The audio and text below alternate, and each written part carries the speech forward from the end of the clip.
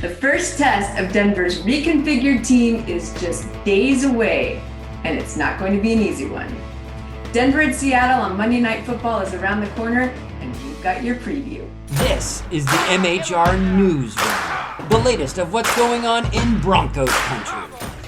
Bring it home. Put that here. Hey. Put that here.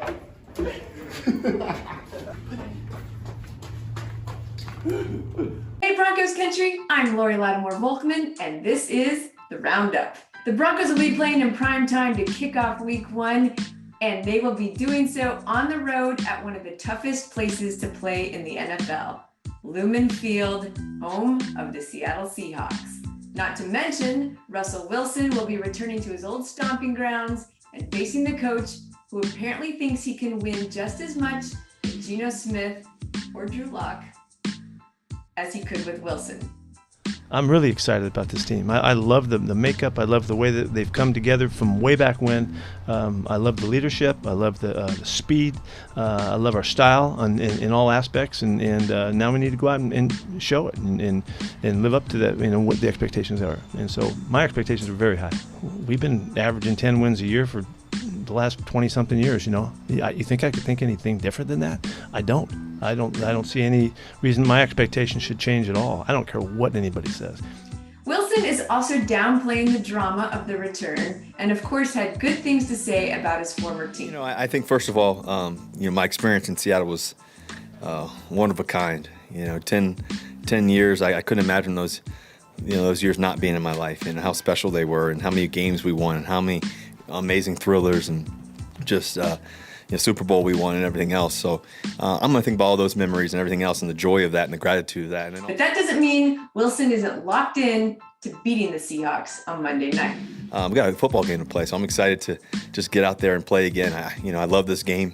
I'm passionate about it, and got a lot of great teammates. There's a lot of guys that I'm super close with on the other side, so it'll be a great battle. I don't really play with a chip on my shoulder.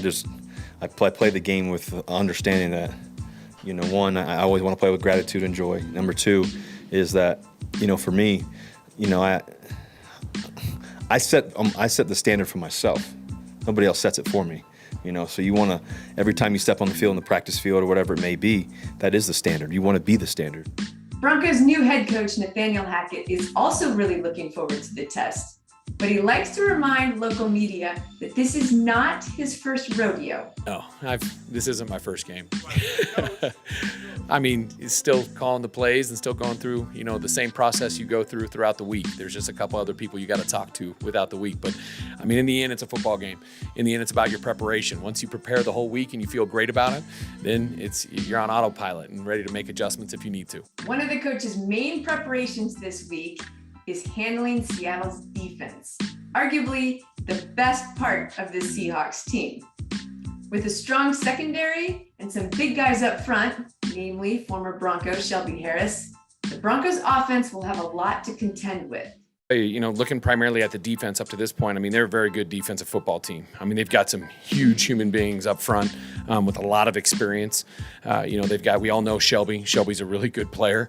Woods at the nose, he's dominant player up in the middle there. And then, just even in the back end, you look at 33, golly, he's a force. Gone against him a couple times, and he makes his presence known. So people are talking about that transition stuff, but from a defense perspective, they sure look. They look really good right now. And then from an offensive standpoint, they're still got a bunch of good players there that have made a lot of plays. So it's going to be a heck of a battle. The question for fans in Denver is, will the Broncos let Russ cook?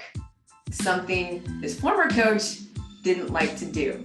Based on Hackett's comments this week, it's pretty apparent that that's part of his game plan. In the end, I want him to feel comfortable out there. I want him to run the plays that he thinks he can execute at the highest level with anything that might be thrown at him, because you never know, especially going into a game where, it's a new coordinator. So what do you look at? Do you look at preseason? Do you look at his past? All those things. So that's always a little bit difficult. So it's more about what kind of plays he feels the best at. And I think and same thing with our players for what they've learned up to this point in the offense. We want to make sure that they're all executing at a high level versus anything that might be thrown at us.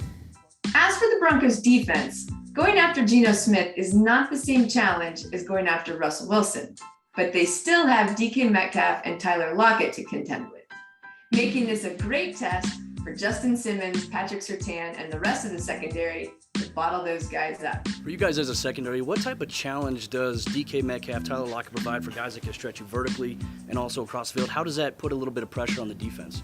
Oh, yeah, it puts a lot of pressure on the defense. Obviously, Seattle runs the ball really well, so that's what helps set up, their play action pass. So we got to be able to stop the run. And DK and Lockett, they're the best at running those two-man routes, maybe outside of or on par with Thielen and Justin Jefferson. But they do such a good job, man, of just finding ways to get open, right?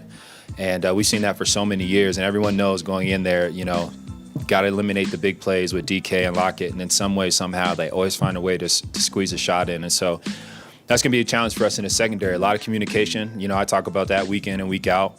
And, it's going to be on full display on Monday night for us in order to execute. It's just going to be a challenge for us in the back end. And obviously, Geno's a great quarterback. He's been in the league for a long time, knows what he's doing, knows what he's looking at. And it's going to be fun to get after it. It will also be a good test for the defensive line to see if DJ and Draymond can stop the run and get after the QB. Well, I think it's just the whole defensive scheme, the whole mindset we have of wanting to stop the run. We've got some really good guys up front, Purcell, all those guys, Josie being back, like you had mentioned.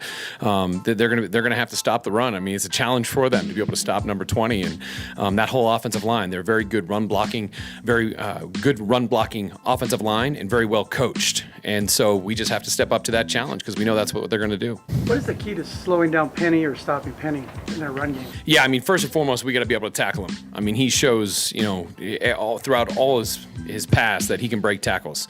And you have to be sure you get two hands on him and wrap him up. So for him, it's just about containing him and understanding that we're going to have to make some good tackles on him because he's got a great stiff arm. He's a downhill runner, and he's got a little shift to him. So he's a really good player. Back in Seattle, Geno Smith is putting on a good public face that this is just another game and just another defense. The formula has never changed here. It's always remained the same. We're a close-knit team. Everybody on this team believes, everyone knows that we can go out and win any game no matter who we play. And it really comes down to how we execute and how bad we want it. The thing about with Russell, what he did in Seattle and, over the course of his career here can never be taken away or overshadowed because it was such greatness. Won the most games, for any quarterback in history. And so that can never be taken away from him. The things that he's done in the community here, he has long-standing relationships here. And, for that, he should always be loved in Seattle. So the stage is set for tons of drama. But ultimately, they have to play football to determine the victor. And that's what they're going to do. Some keys to the game for the Broncos will be exactly what you'd expect. Getting the run game going early so that Russ Wilson can unleash down the field at his will.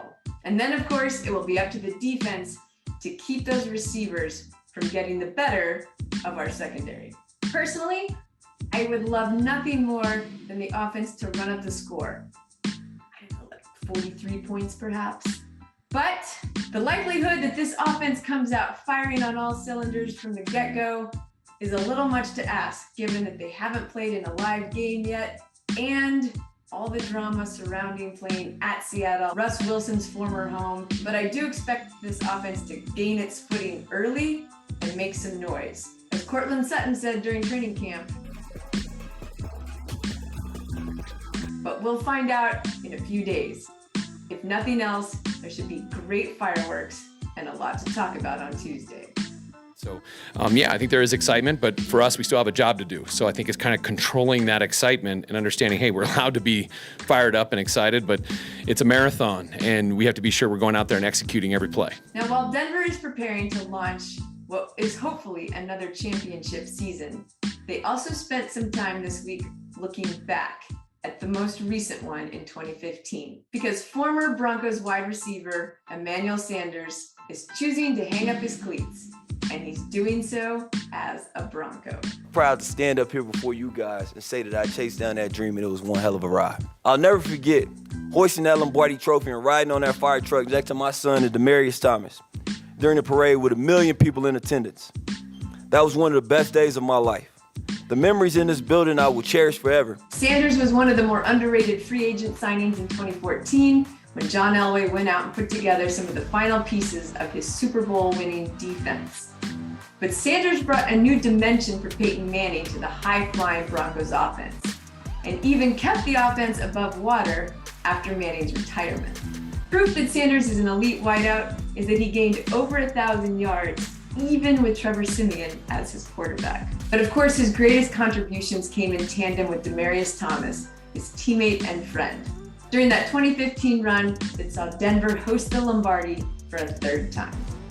Sanders was all love for his former teams, but especially the one that got him a ring. It took off. It took off. You know, playing with Peyton, 2014, was able to go to a Pro Bowl.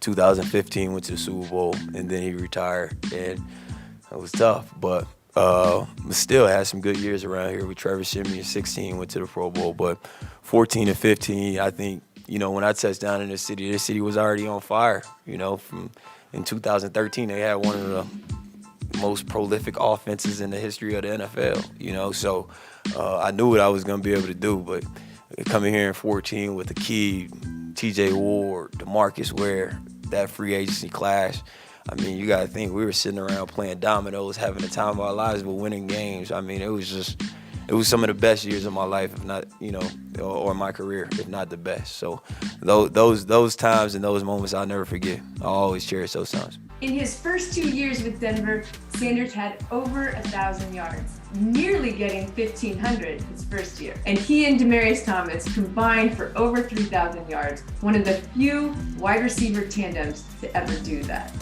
Enough. When we were here in 2014, it's only 3 receivers in the history of the NFL that's ever went over 3,000 yards together. So that just goes to show what type of bond we had, what type of friendship we had, what type of relationship we had. But only 3 receivers in the history of the NFL to go over 3,000 yards. That's a bond that's unbreakable. That's 2 brothers coming together trying to do something special. In the following year, we were able to win a Super Bowl. So the energy that me and him had is unmatched. It's unmatched. And it goes to show. The stats will tell you that. You know, one of my fondest memories is just me and him out there on the practice field and just hearing his laugh and dude, he really did. Like, Peyton took my game to another level, but Demaryius took my game to another level too, because he didn't say much, but he would walk up to you real quiet and tell you just little stuff that he would see. And then just from a friendship standpoint, just always there. I knew that I could call him at 2 in the morning, 3 in the morning. If I had anything, he's going to pick up and he's going to be there for me. And so. Yeah.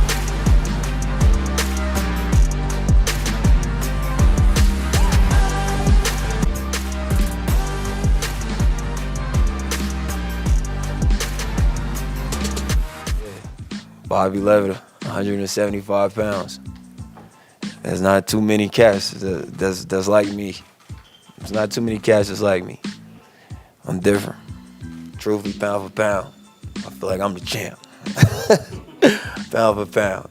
And I'm proud of that. I'm proud of 5'11", 175 pounds, sometimes 173 pounds. I'm proud of that. That's a mindset thing. That's a mental toughness thing. I'm proud of that, right? It's big plays. At one point, you can sit back and say, this guy, 5'11", 173 pounds, went all the way to the Super Bowl, won a Super Bowl from Belleville, Texas, stood at the top of the mountain. That's a mindset thing. That's a physical thing. That's different. I'm different, and I take pride in that. Nothing but love for you, E. Nothing but love. 2022 Broncos. Let's ride. Oh, what he said? Let's ride. Let's ride. Let's ride. The first test of Denver's... Oh, that's a bad word to write. But likes to rely... Go figure.